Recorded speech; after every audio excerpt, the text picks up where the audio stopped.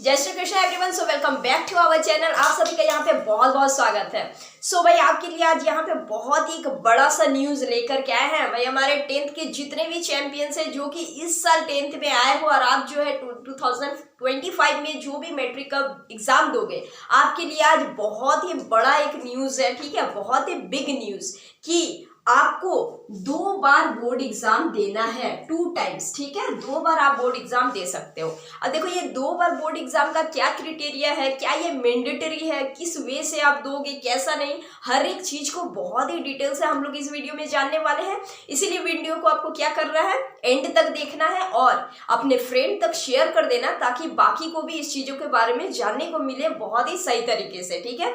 और ये जो भी चीजें मैं आपको बताऊंगी ये अकॉर्डिंग टू किसके थ्रू हम बताएंगे, according to the national education policy, ठीक है। सो बहुत ही सटीक जानकारी आपको मिलने वाली है और बहुत अच्छे तरीके से आपको फुल डिटेल हम बताएंगे यहाँ पे कि कैसे कैसे कैसे होगा, ठीक है। सो वीडियो का एंड तक देखना और फ्रेंड तक शेयर करके चैनल को सब्सक्राइब जरूर से जरूर करना यार, क्योंकि आपको यहाँ पे बहुत ही इजी लैंग्वेज से सीखने को भी मिलता है और साथ ही साथ कोई भी नया नोटिफिकेशन आता है तो वो भी मैं आपको देने का ट्राई करती हूँ। ऑलराइट, तो चलो समझते हैं अब हम लोग यहाँ पे 2 बार ये बोर्ड एग्जाम का यहाँ पे क्या इंफॉर्मेशन है, ठीक है।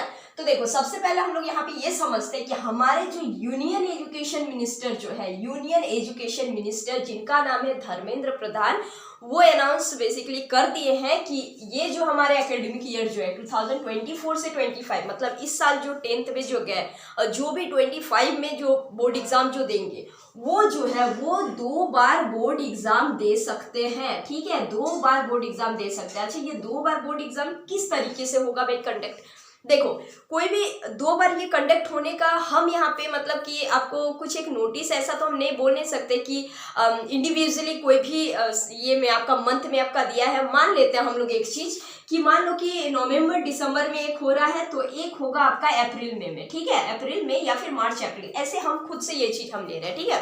बाकी इस चीज के बारे में अभी नहीं आया है लेकिन आ जाएगा बहुत जल्दी, ठीक है। तो इस तरीके से अगर होगा 2 बार अगर हो रहा है, मान लो ये, ठीक है, अप्रैल में हो रहा है, एक नवंबर दिसंबर में, इसके प्रीवियस में आपका प्री बोर्ड भी हो जाना है और आपको कंप्लीट भी कर लेना है, ठीक है। अब भाई यहाँ पे क्या है आपको समझना, मानो कि यहाँ पे एक बार बोर्ड कंडक्ट होगी और इस यहाँ पे एक बार बोर्ड कंडक्ट होगी, समझो चीज को, ठीक है, धीरे धीरे से समझो, हर एक चीज को बहुत ही क्लियरली वे से समझ में आएगा। सो मान लो कि नवंबर दिसंबर में अगर बोर्ड एग्जाम अगर हुआ और इसमें भी अगर बोर्ड एग्जाम हुआ, आप अगर दोनों में अगर आप अगर दिए तो जिसमें आपका नंबर अच्छा रहेगा वही नंबर को लिया जाएगा। समझ पा रहे हैं, 2 बार आपको एग्जाम अगर आप अगर देते हो तो जिसमें आपका मार्क जो है, जिसमें भी आपका मार्क्स मैक्सिमम आएगा, मतलब कि अच्छा आएगा, वही मार्क्स को सीबीएसई उठा लेगा, ठीक है। यहां तक रहे क्लियर। अब मान लो कि आप जो है नवंबर दिसंबर में एग्जाम दिए जिसमें कि आपका नंबर बहुत अच्छा नहीं आया, आप यहाँ पे सेटिस्फाई नहीं है, आप सोचते कि हम और थोड़ा और मतलब कि डिजर्व करते हैं नंबर, हमको एक बार और देना है, तो आप एक बार और यहाँ पे भी दे सकते हैं, कोई इश्यू नहीं है, ठीक है। अब देखो मान लो कि आपने एक और बार दिया, भाई कोई भी स्टूडेंट मान लो कि एक और बार दिया लेकिन यहाँ पे जितना नंबर आया उससे कम यहाँ पे आ गया, तो इस केस में आपका क्या होगा, इस केस में ही हम कह रहे हैं कि सीबीएसई जो है आपका मैक्सिमम मार्क को यहाँ से उठा लेगा, ठीक है, और जो भी आपका कम मार्क्स जो आया था उसको नहीं लेगा। यहाँ तक क्लियर है। अब मान लो कि ऐसे भी केस तो हो सकते हैं ना कि यहाँ पे आप मान लो कि यहाँ पे आपका मैथ सब्जेक्ट में आपका ज्यादा नंबर आया, यहाँ पे आपका मैथ में आपका कम आ गया, या फिर मान लो कि यहाँ पे मैथ आपका कम आ गया और आप जो है बाकी आपका साइंस एसएसटी ये सारी चीजों में बहुत अच्छा नंबर आया, सिर्फ मैथ में ही थोड़ा सा कम आ गया, आप उसमें ही आप सेटिस्फाई नहीं हो, तो क्या कोई इंडिविजुअल हम लोग मतलब कि कोई एक एक सब्जेक्ट का क्या एग्जाम हम लोग सिर्फ दे सकते हैं, ये भी एक क्वेश्चन है। तो इसका भी आंसर है हाँ, आप लोग दे सकते हैं। आप मान लो कि यहाँ पे आपका 6 सब्जेक्ट है या फिर 5 सब्जेक्ट जो भी आपका रहेगा, ठीक है, तो इसमें से मान लो कि एक सब्जेक्ट या फिर 2 सब्जेक्ट में आप सेटिस्फाई नहीं हो तो सिर्फ और सिर्फ वो 1-2 सब्जेक्ट का भी आप एग्जाम यहाँ पे दे सकते हैं। तो बेसिकली देखा अगर जाए तो आपके लिए बहुत बड़ा न्यूज है, बहुत ही गुड न्यूज है, जिससे कि आपका जो है रिजल्ट और ज्यादा यहाँ पे आप डेवलप कर सकते हो, बहुत अच्छे नंबर भी आप ला सकते हो। और जो है सिर्फ और सिर्फ क्या ये सीबीएसई बोर्ड के लिए ही है, ऐसा कुछ नहीं है, क्योंकि ये जो न्यूज जो आया है ये according to national education policy हम आपको पहले ही बताया, ठीक है। और सिर्फ यहाँ पे सीबीएसई का हेड नहीं बता रहा है, ना ही आईसीएसई बोर्ड का हेड बता रहा है। यहाँ पे जो है हमारे नेशनल एजुकेशन के थ्रू से बताया जा रहा है, मतलब कि ऑल ओवर इंडिया में जो एजुकेशन सिस्टम जो चल रहा है उसके अकॉर्डिंग। तो ऐसे अगर हम लोग अगर समझे तो सीबीएसई आईसीएसई दोनों बोर्ड के लिए ही होगा, है ना। बाकी हर एक चीज़ों का इन्फॉर्मेशन अब देखो, जैसे जैसे सीबीएसई या फिर आपके बोर्ड से रिलेटेड, नेशनल एजुकेशन पॉलिसी से रिलेटेड जो भी न्यूज़ आएंगे आप तक पहुंच जाएंगे, ठीक है। सो यहाँ पे अभी आपका फिलहाल जो है समझे हम लोग यहाँ पे कि 2 बार अगर बोर्ड एग्जाम अगर हो तो आपके लिए भाई बेनिफिट होगा, बहुत अच्छी बात है और बहुत खुशी की भी बात है कि आपको ये चीज़ देखने को मिलेगा।